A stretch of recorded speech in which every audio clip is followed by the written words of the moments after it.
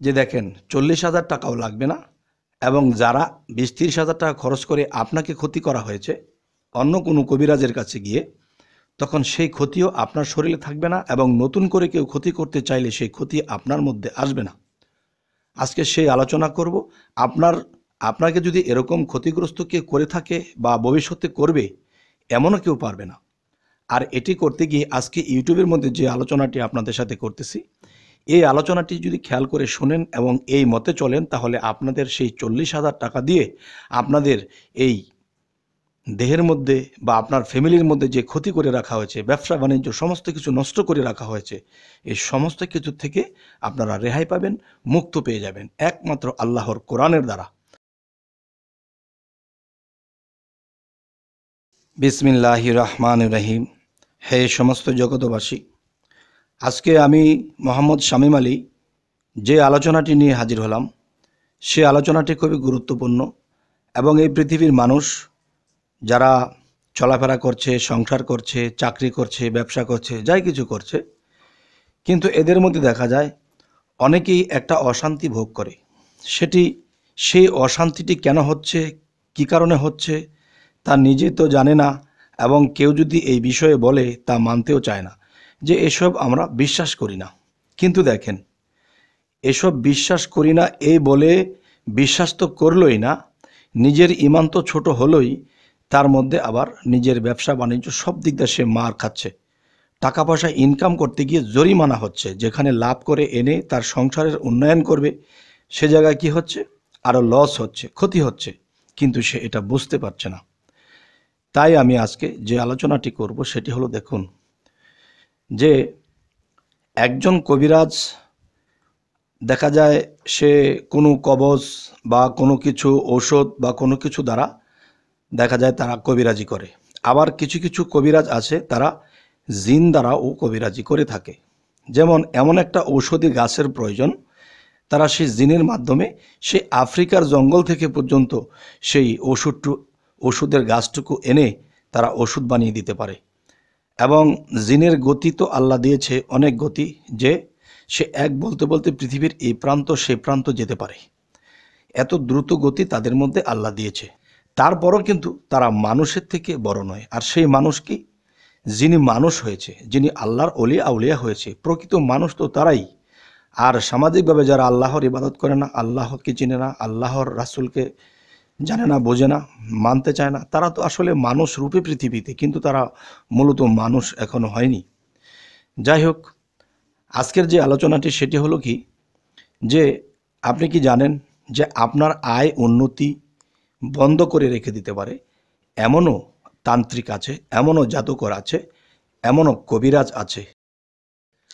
আরও একটি বিষয় হলো যে মানুষের মধ্যে জাদুকর, কবিরাজ, এমন এমন কবিরাজ আছে, কবিরাজি আসলে কিন্তু ভালো। দেখা যায় টাকার জন্য এমন এমন কবিরাজ আছে যে ইমুক ব্যক্তির নামে ইমুকে এমন কিছু জিনিস ছেড়ে দেবে যে তার জীবনে উন্নতি হবে না, তার ঘরে অশান্তি, বাইরে অশান্তি, ব্যবসা বাণিজ্য উন্নত হয় না। এগুলো কেন হচ্ছে? দেখেন, কেউ যদি কারো পিছনে শত্রামি করে তাহলে সে কিন্তু তার সাথে মিলে চলছে ঠিকই, কিন্তু ভিতর ভিতর কি হচ্ছে, ধরেন যারা জিনের দ্বারা কবিরাজি করে থাকে, সেই কবিরাজের কাছে গেলে তারা জিন দ্বারা এমন কিছু ক্ষতিগ্রস্ত করতে পারে যে ইমুকের বাবার নাম, ইমুকের মায়ের নাম, ইমুকের নাম, যে ব্যবসা বাণিজ্য করে উন্নতি করবে বা ভালো কিছু করবে, তখন দেখা যায় তার উন্নতির পথটা নষ্ট করে দিতে পারে এই তাবিজ কবচের মাধ্যমে। তাই আমি বলবো যে পৃথিবীতে অনেক মানুষই এই ভোগান্তিতে আছে। যেই শত্রু এই কাজ করেছে সেই শত্রু তার সাথে হাত মিলিয়ে চলে ঠিকই, কিন্তু ভিতরগত সে তার জীবনের বিরাট ক্ষতি করে রেখেছে। আর এই জিনিসটা আছে পৃথিবীতে। যেমন হযরত মুহাম্মদ সাল্লাল্লাহু আলাইহি সাল্লামকে জাদুকররা জাদু করেছিলেন, তখন সে জাদু মুক্তির জন্য কিন্তু আয়াত নাজিল করেছিলেন জিবরাইলের মাধ্যমে। সেই আল্লাহর বাণী আয়াত যখন জিনেদের মধ্যেও দেখা যায় জাদুকর আছে। জিন যদি কোনো মানুষকে জাদু করে, তখন কিন্তু সেই মানুষটি বুঝতে পারে না। তাহলে সেই জিন কিন্তু লালিত পালিত করা জিন। যে কবিরাজ সেও জাদুকর এবং যে জিন সেও জাদু জানে। তাহলে একজন মানুষের পিছনে যদি শত্রু হিসেবে কেউ লাগে, তখন কবিরাজকে যখন 10,000 20,000 টাকা দেয়, তখন দেখা যায় জিন দ্বারা সেই মানুষের ক্ষতি করতে থাকে। তার ব্যবসায় যাবে, ব্যবসা হবে না, লস হবে। সে চাকরিতে যাবে, তার চাকরি টিকবে না, মালিক তাকে তাড়িয়ে দেবে। এবং সংসারে বনাগত থাকবে না, এই পেশ সেই পেশ, তাকে ফত্তুর বানিয়ে একেবারে রাস্তায় বের করে দেবে। কিন্তু এই জিনিসগুলো মানুষ বুঝতে পারে না। আচ্ছা, এরপরে আছে কি, যে মানুষ শয়তান তো আছেই, জিন শয়তান তো আছেই, তার মধ্যে শয়তান একদল জাদুকর, শয়তান একদল কবিরাজ।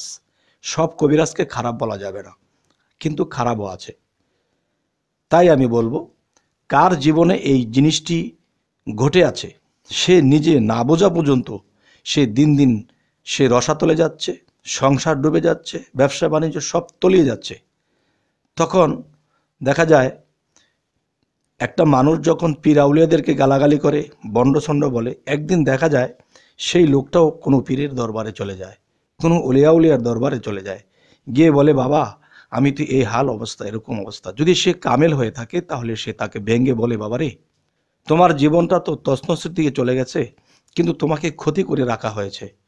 যে অন্ধকারের শক্তি একটা পৃথিবীতে আছে, যেমন হযরত মুহাম্মদ সাল্লাল্লাহু আলাইহি সাল্লামকেও জাদুকররা জাদু করেছিলেন, আল্লাহ জিবরাইলের দ্বারা আয়াত নাজিল করে সেই আয়াত পাঠ করিয়ে তখন হযরত মুহাম্মদ সাল্লাল্লাহু আলাইহি সাল্লামকে জাদুমুক্ত করেছেন।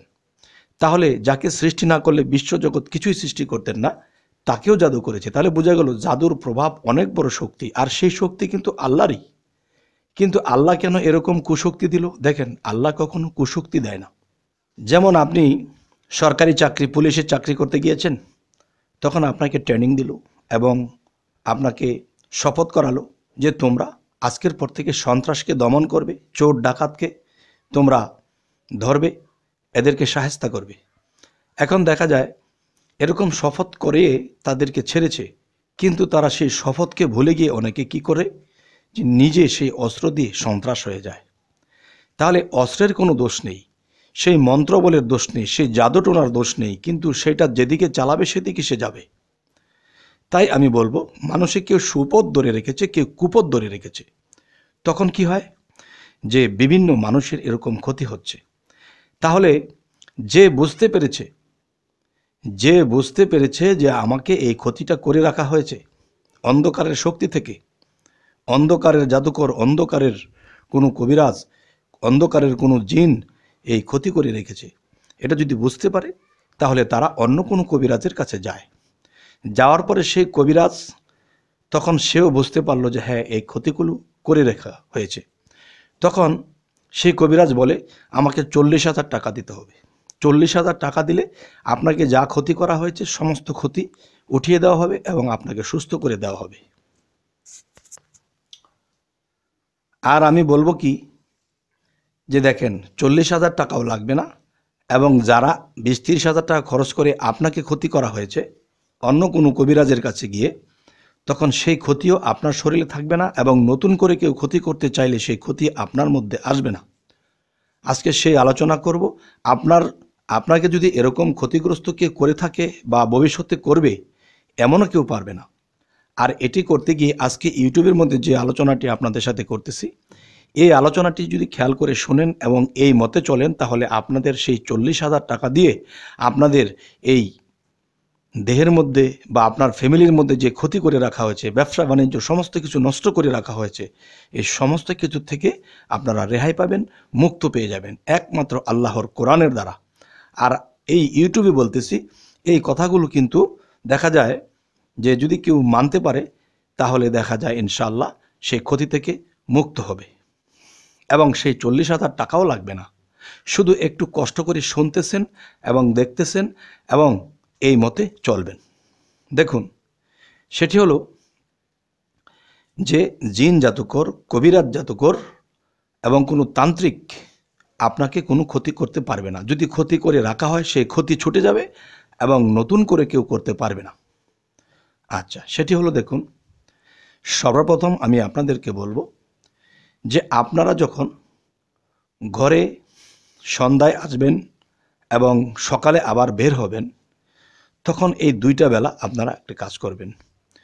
প্রথমত যে ফাতিহা সূরা 3 বার এবং সূরা ইখলাস 3 বার, ফালাক 1 বার, নাস 1 বার। আমি আবার বলছি, ফাতিহা 3 বার, ইখলাস 3 বার, সূরা ফালাক 3 বার, সূরা ফালাক 1 বার এবং সূরা নাস 1 বার। এই ফুঁক দিবেন কোথায়? আপনার 2 হাতের কোষ করে 2 হাতের মধ্যে ফুঁক দিয়ে আপনার মাথা হইতে একেবারে নিচে পাতা পর্যন্ত আপনি মুছে দেবেন। এই হলো এক। আরেকটি আর 3টি ফু দিবেন 1 গ্লাস পানির ভিতরে, আর সেই পানিটা 2 লিটার বোতলের মধ্যে ভরে রাখবেন, যাতে করে আপনি সকালে খেতে পারেন এবং সন্ধ্যায় খেতে পারেন। আচ্ছা, সকাল সন্ধ্যা এই পানিটা খেয়ে যাবেন এবং সকালে যখন বের হবেন তখন বের হওয়ার সময় 7 বার আয়াতুল কুরসি পাঠ করবেন। কারো যদি মুখস্থ না থাকে তাহলে দেখে দেখে পড়বেন। দেখে দেখে পড়তে পড়তে একটা সময় আপনাদের মুখস্থ হয়ে যাবে, তখন আর দেখে পড়তে হবে না। আচ্ছা, তাহলে 7 বার আয়াতুল কুরসি পড়ে আপনি বের হয়ে যাবেন। আর আল্লাহ কি বলেছে? যে এই আয়াতুল কুরসি পাঠ করে নিজের বুকে ফুঁক দিয়ে যখন বের হয়ে যাবে, তখন কি হবে? তখন রহমতের ফেরেশতারা আপনাকে দেখে রাখবে। আপনার ব্যবসা বাণিজ্য কে ক্ষতি করবে, আপনাকে ট্যাকেল দেবে, তারা দেখে রাখবে আপনার যেন কোনো অনিষ্ট না হয়, আপনাকে যেন কেউ ক্ষতি করতে না পারে।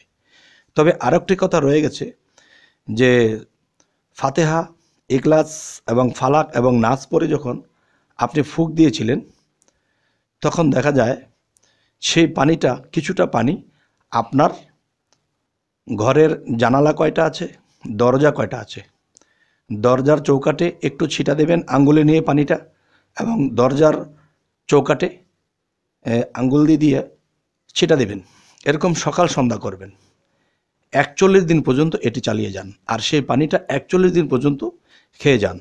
আপনার জীবনে যে লস করে এসেছেন, যেই ক্ষতিগ্রস্ত হয়েছেন, এগুলো আস্তে আস্তে আবার আগের মতো ঠিক হবে ইনশাআল্লাহ। তবে আজকে যে কথাগুলো বললাম, যদি কেউ মানতে পারে, ইনশাআল্লাহ আল্লাহর রহমত তার আগের জীবনটা সুন্দর জীবন হয়ে আবার ফিরে আসবে। তাই আমি বলবো, 40-50 হাজার টাকা লাগবে না, মাত্র কয়েক টাকার এমবি ভরেছেন। এই এমবি দিয়ে আপনারা ইউটিউবে এই আলোচনাটি শুনছেন। তবে যদি কেউ গুরুত্ব দেয় এই আলোচনাটি, তাহলে তার জীবন ধন্য হবে। এবং পাশাপাশি আপনাদের এই বিপদ যখন মুক্ত হয়ে যাবে, অবশ্যই আমাকে কথা দিবেন যে আপনারা এতিম অসহায়ের মাথায় হাত বুলিয়ে দেবেন এবং তাদেরকে পেট ভরে খাইয়ে দেবেন। তখন ইনশাল্লাহ আল্লাহ আরও খুশি হবে। তখন আপনাকে আল্লাহ এমন জায়গায় পৌঁছাবে যে আপনাকে কখনোই আর কোনো দিন আপনাকে এই জাদুটুনা পাবে না। তবে 41 দিন নিয়মিত করবেন। এরপরে যদি অনিয়মে করেন, এতে সমস্যা নাই, কিন্তু করতে পারলে ভালো সব সময়। তো আজকের এই আলোচনাটি কি বোঝানো হলো, যে আপনারা যেই বিপদগ্রস্ত হয়ে আছেন, আল্লাহর এই কালাম দ্বারা আপনারা সুস্থ থাকবেন, ভালো থাকবেন। তবে আমাদের চ্যানেলের আলোচনা যদি আপনাদের ভালো লাগে, অবশ্যই সাবস্ক্রাইব করে নেবেন এবং পরবর্তীতে যেন ভালো ভিডিও আপনাদের কাছে পৌঁছে দিতে পারি। তো সকলেই ভালো থাকবেন। আল্লাহ হাফেজ।